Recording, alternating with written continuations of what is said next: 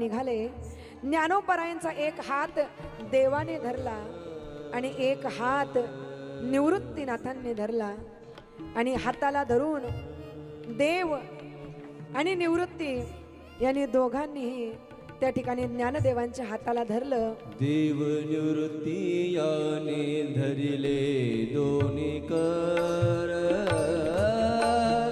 देव निवृत्ती याने धरिले दोन्ही कर, देव निवृत्ती याने धरिले दोन्ही कर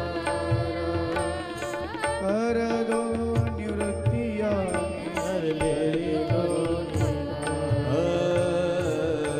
देव निवृत्ती याने धरिले दोन्ही कर, देव निवृत्ती याने धरिले दोन्ही कर. जातो ज्ञानेश्वर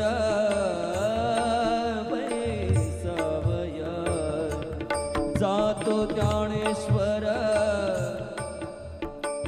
ज्ञानेश्वर.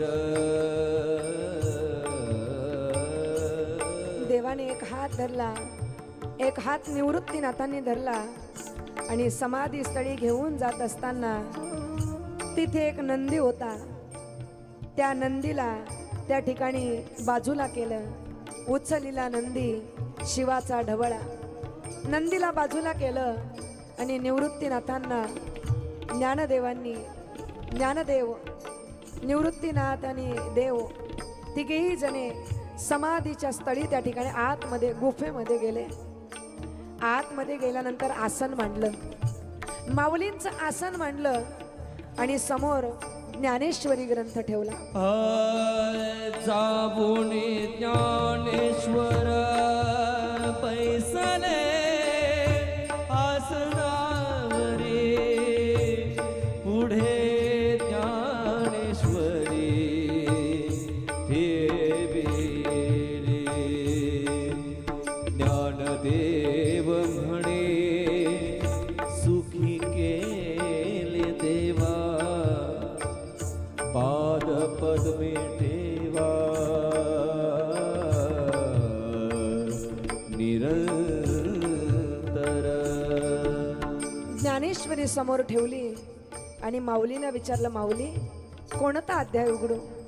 त्यावेळेस माऊलींना आवडता अध्याय म्हणजे ज्ञानेश्वरीतील 9वा अध्याय.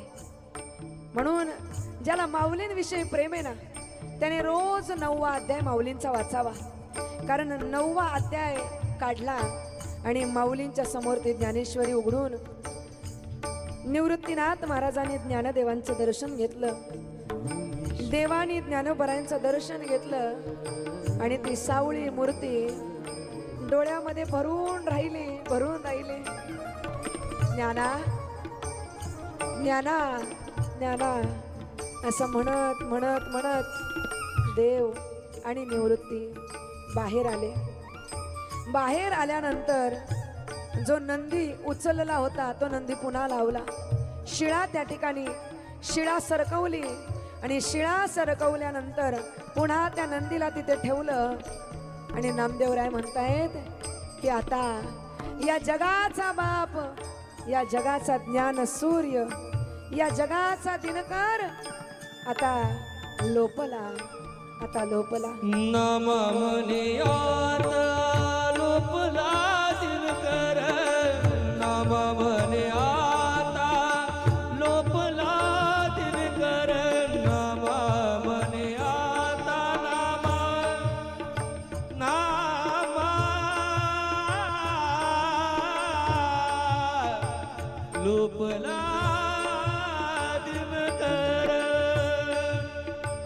बाप ज्ञानेश्वर